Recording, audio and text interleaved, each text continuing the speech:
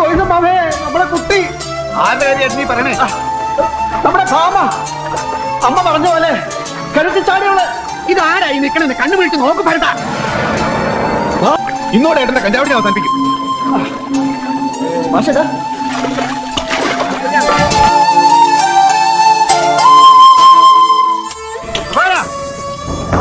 അതൊന്നും എടുക്കരുത്.